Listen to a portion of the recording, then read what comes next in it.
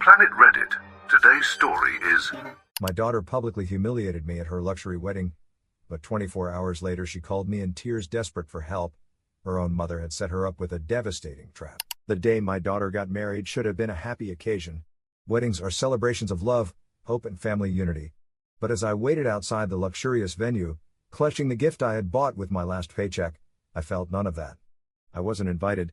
She had made that perfectly clear when the invitations were sent out months before. Even so, I thought that maybe seeing me there might stir some feeling in her. The place was impressive, with luxury cars lined up in the parking lot and perfectly manicured gardens that looked like something out of a movie. I stayed on the edge of the crowd, away from the elegantly dressed guests who were chatting happily as they entered. My outfit was not appropriate for the occasion. My suit was several years old, worn only on rare formal occasions, but I had ironed it as best I could. Although she was no longer part of his life, I just wanted to see her happy, maybe even catch a fleeting smile. I didn't go in. I waited outside. When the moment came, I saw her approach the aisle. I felt a pain in my chest. She was beautiful, radiant in her dress, walking arm in arm with her mother's second husband. This man looked in every way like a proud father, beaming as they made their way towards the main entrance. That should have been me, but instead, I remained in the shadows, invisible to everyone except one person. His eyes met mine for a split second and his smile disappeared. He stopped, turned and walked towards me with fury emanating from every step. My heart sank. I tried to explain, but she gave me no chance. Her voice, cold and full of contempt, rose above the murmur of the crowd. She told me that I had no right to be there, that I was a penniless failure, that a father like me didn't belong at her wedding. I tried to speak, to tell her that I just wanted to see her on her big day, but she interrupted me, ordering me to leave before embarrassing her any further. Then, as if to deepen the wound, she turned her back on me and made her grand entrance, smiling at her stepfather. As the door slammed shut behind her, I stood there for a moment, stunned. Everyone heard what she said. I turned and walked away, clutching the gift that would never reach her. My steps felt heavy as I left the place. Her words echoed in my mind over and over again, a failure, without resources, without a place in her life. Arriving home that night, my small apartment seemed emptier than ever. I sat on the worn sofa, contemplating the box wrapped in plain paper that now seemed completely useless. I had saved for months to buy her something special. Something meaningful, a bracelet engraved with the words, "Always your dad." But maybe I was fooling myself. It shouldn't have been like this. 8 years ago, when her mother and I divorced, I thought we could still maintain some kind of family bond. I didn't expect it to be easy, but I believed that our connection would survive. She was 14 and starting secondary school. I remember sitting with her, explaining that I would always be there for her no matter what. She didn't cry. She just asked if she could live with her mother. At first I didn't blame her. Her mother's new husband was everything I wasn't. Wealthy, successful and able to offer her a life I simply couldn't. They moved into a big house in an exclusive neighborhood while I struggled to pay for a 2-bedroom apartment across town. I worked long hours in a job that barely covered the bills, and it showed. I was exhausted, stressed and sometimes bitter. But I still tried. I attended her school events, even when I wasn't invited. I sent her messages and called her regularly, although most went unanswered. On her 16th birthday, I bought her some earrings that she had wanted for months. When I gave them to her, she barely looked at me before saying that her stepfather had already bought her something better. That was the beginning of the end. Over time, her responses became colder, more distant, until they finally stopped completely. She no longer came to visit me, not even on holidays. The last time I saw her before the wedding was at her high school graduation. I wasn't invited to the ceremony, but I managed to find her outside afterwards. I wanted to tell her how proud I was, but she barely recognized me before leaving with her mother and stepfather. The following years were some of the most difficult of my life. I ended up working 2 jobs at the same time, trying to overcome depression. I had no family left except for her, and yet she had chosen to leave me behind. I spent countless nights wondering where I had gone wrong, going over every argument and moment of weakness, convincing myself that if I had been stronger, richer or better, maybe she would have stayed. And yet I never gave up hope. Every birthday, every holiday, I waited for a call that never came. I told myself that one day she would see that I loved her more than anyone else. That's why I went to the wedding, even though I knew I wasn't welcome. I thought that maybe, for a brief moment, she might see me and remember the father who used to tuck her in at night and tell her bedtime stories. But now, sitting in the stillness of my apartment, her words ringing in my ears, I realized how naive I had been. She had made her decision a long time ago. I was no longer her father, not in the way that mattered to her. I placed the unopened gift on the table and lay back, staring at the ceiling. The pain was unbearable. But I knew I would get through it. After all, I had been doing so for years. The morning after the wedding, I woke with a heaviness in my chest that felt almost physical. I had hardly slept, tormented by the memory of my daughter's angry words and how the door had closed in my face. Her voice echoed in my mind, calling me a failed and helpless father, making it clear that I didn't belong in her life. I made my coffee and tried to distract myself with the morning news, but I couldn't concentrate. My phone vibrated, interrupting my thoughts, and when I saw her name on the screen, my heart stopped. For a moment, I just stared at the phone, unsure whether I wanted to answer. After years of silence, after the humiliation of the day before, what could she possibly have to say to me? Against my better judgment, I answered. Her voice hit me like a slap in the face, panicked, trembling and noticeably different from the cruel tone she used at the wedding. She wasted no time with pleasantries. She told me that her mother and stepfather had confronted her after the wedding and handed her a stack of documents. These detailed every wedding expense: venue, catering, flowers, dress, everything, totaling $50,000. Now they were demanding that she pay them the full amount. They added that they were not interested in partial payments or any kind of negotiation. If she didn't pay the full amount soon, they were prepared to take legal action. She sounded desperate, confused and completely taken aback. I leaned back in my chair, holding the phone tightly as anger welled up inside me. The very people she had chosen over me, who had replaced me in her life, were now turning against her when she needed them most. And now, after everything, she was turning to me. I didn't even try to hide the disbelief in my voice. I asked her why she thought I could help. Just the day before, she had made it clear that I was a failure, a man who had no place in her life. Her voice broke as she admitted that she didn't know what she was saying, that she was overwhelmed. She said she didn't mean it, but I could hear the doubt in her words. I suggested that she could ask her husband for the money. She explained that she had told her husband from the beginning not to worry about the wedding expenses because her mother and stepfather would take care of everything. Now, she couldn't take it back. She admitted that she had assured him that they wouldn't have to spend a penny because her parents were generous enough to cover all the costs. I asked him why they acted that way. He didn't understand. He thought she had a good relationship with them. Her tone turned bitter as she explained how her mother had initially been opposed to her marriage. Her mother thought that her husband was not good enough, not rich enough to provide the kind of life they expected for her. They argued about it for months, but she believed that her mother had finally relented and accepted them. Now, it was clear that this acceptance came with conditions. She mentioned that they didn't have any student loans. They had been lucky in that respect, but they were newlyweds. They were trying to save money to start a family, and the idea of spending $50,000 was unthinkable, even if they had it, which they didn't. She tried to make me understand how much they were counting on building a secure future for themselves and their future children, my grandchildren. I felt a twinge in my stomach when he used the word grandchildren, as if that should soften me. I couldn't help thinking how little he had cared about my place in his life until now. I reminded him of the things he had said to me at the wedding, how he had humiliated me in front of everyone. I asked him if he still thought I was a failed and destitute father, who could never do anything right. His silence said it all. After a moment, he stammered out an apology. He said he didn't mean it, that he was angry and overwhelmed. She begged me to understand that she hadn't really thought about what she was saying, that it wasn't true, and mentioned that she was calling me now because she had no one else to turn to. Her words hit me hard. I wanted to hang up, to tell her that this was her problem to solve, but the part of me that had always loved her, that had tried so hard to remain in her life, wouldn't let me. I asked her why she wasn't going to her husband for help. Surely if they planned to start a family, they could find a way to manage this together.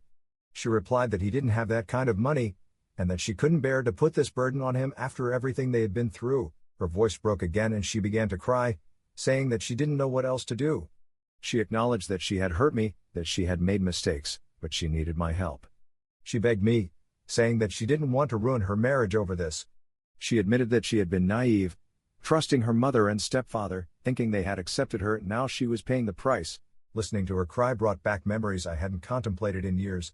I remembered the little girl who used to run up to me with scraped knees, trusting me to fix everything, but that little girl was gone. Replaced by someone who had repeatedly pushed me away. I told her straight that I didn't have that kind of money and reminded her of the life she had been leading, alone in a small apartment barely able to save. I made it clear that I didn't have $50,000 available to bail her out. She sobbed down the phone, begging me to reconsider. She said she knew I didn't have much, but any help would be useful.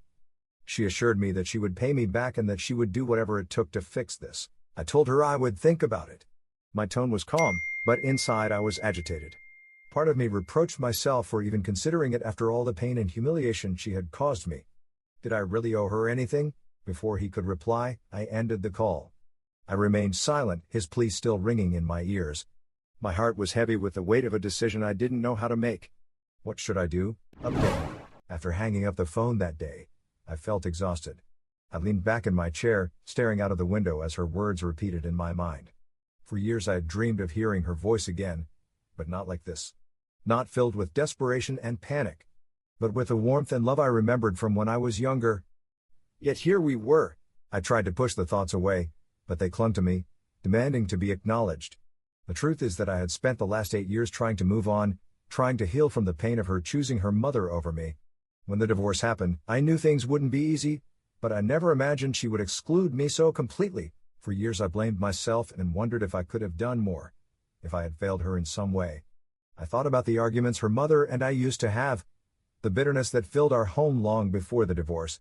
I wondered if she had absorbed all that negativity, if she had internalized the way her mother spoke about me and let it color her view of me. But as time went by, I began to see things differently. I realized that I had done the best I could with what I had. It wasn't perfect, but I had always loved her and tried to provide for her even when money was scarce. I was the one who stayed up late helping her with school projects, who took her to soccer practice when I could, and who made sure she had everything she needed. When the divorce happened, I fought for custody. I wanted her to stay with me, but the court sided with her mother. Her mother's new husband, with his flashy car and big house, made me seem insignificant by comparison. I couldn't compete with that, and I knew it. When she chose to move in with him, something broke inside me. I spent weeks trying to understand it, trying to accept it. I told myself that she was just a child and didn't know what she was doing, but the pain didn't go away. When she stopped returning my calls, when she stopped visiting me altogether, I realized that I had really lost her. It took me years to recover from that. At first I immersed myself in work, taking on extra shifts and side jobs just to keep myself busy. I moved to a small apartment to save money, eliminating everything that wasn't absolutely necessary. Slowly but surely I built a stable life for myself, but it wasn't impressive enough for her. More importantly, I began to heal emotionally. I tried to rid myself of guilt and self-criticism. I told myself that I couldn't control what she chose to believe or who she chose to be. I had done the best I could and that was all there was to it, but now, hearing her voice again, all those old wounds felt fresh and exposed. I couldn't stop thinking about what she'd said at the wedding, how she'd called me a failed and destitute father in front of everyone. I had specifically asked the staff to let me wait just outside. I just wanted to congratulate her. The humiliation of that moment was still fresh in my mind, and yet here she was, asking for my help. I tried to remind myself that she was desperate, that she didn't know where else to turn, but part of me couldn't help feeling bitter. She hadn't cared about me or my struggles for the last 8 years, and I wasn't asking her to. All she wanted was to spend some time with her daughter, and now she was expecting me to solve her problems. I thought about the $50,000 her mother and stepfather were demanding. It was an exorbitant amount of money, much more than I had ever seen in one go. Even if I wanted to help, I couldn't. My savings account barely covered a few months' expenses, let alone anything close to that amount. And then there was the question of whether I should even help. Wasn't this her problem to solve? She had chosen her mother and stepfather over me. She had trusted them to take care of everything, and now she was facing the consequences of that choice. Maybe it was time for her to learn a hard lesson about who really had her best interests at heart.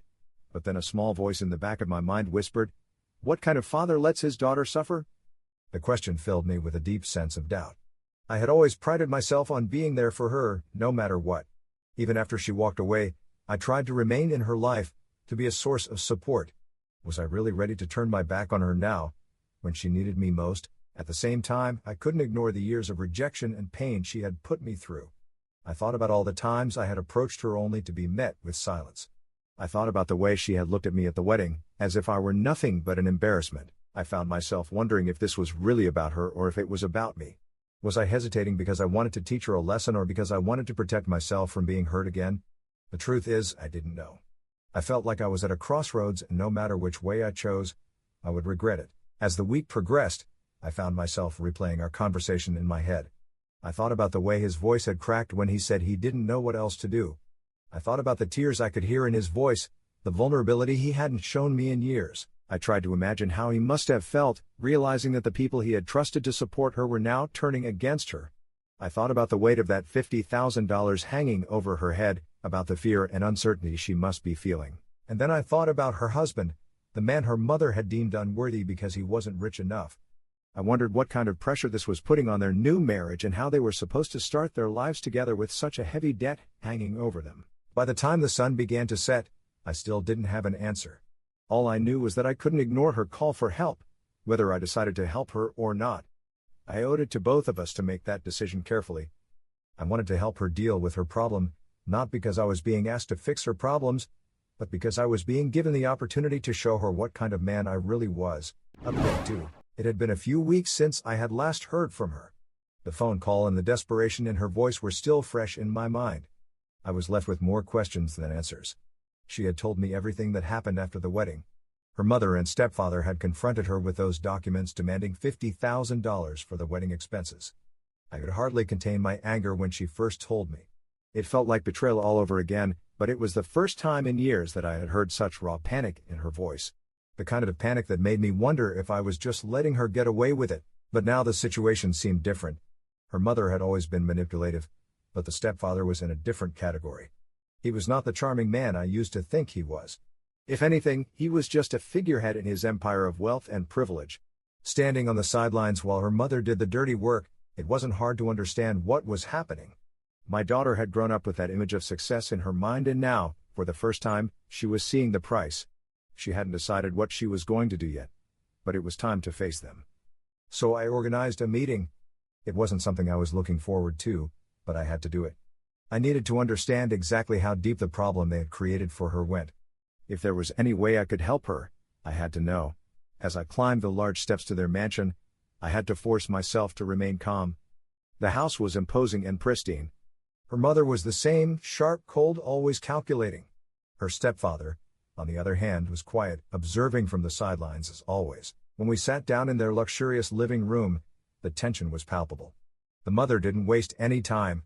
She began in a tone that left no room for empathy, saying that my daughter had agreed to the terms. She was an adult now and needed to learn responsibility. There was no compassion in her words, no softness, just a cold reminder that my daughter had signed the documents. She had to face the consequences of her actions, she said, as if it were some great life lesson. Her stepfather didn't say much at first. He sat back in his chair, arms crossed, avoiding eye contact. But his presence was as imposing as ever. I couldn't help but wonder what he was really thinking. He had known her since she was a child. Did he have any compassion left for her? Or was he just playing the role of a husband afraid of angering his mother? It wasn't until I asked exactly what the terms of the documents were that things started to get interesting. I hadn't been told anything about that detail, and I wanted to know how far they had really gone. I turned to her stepfather, trying to keep my voice firm as I asked about the agreement. His response was as expected, vague and evasive.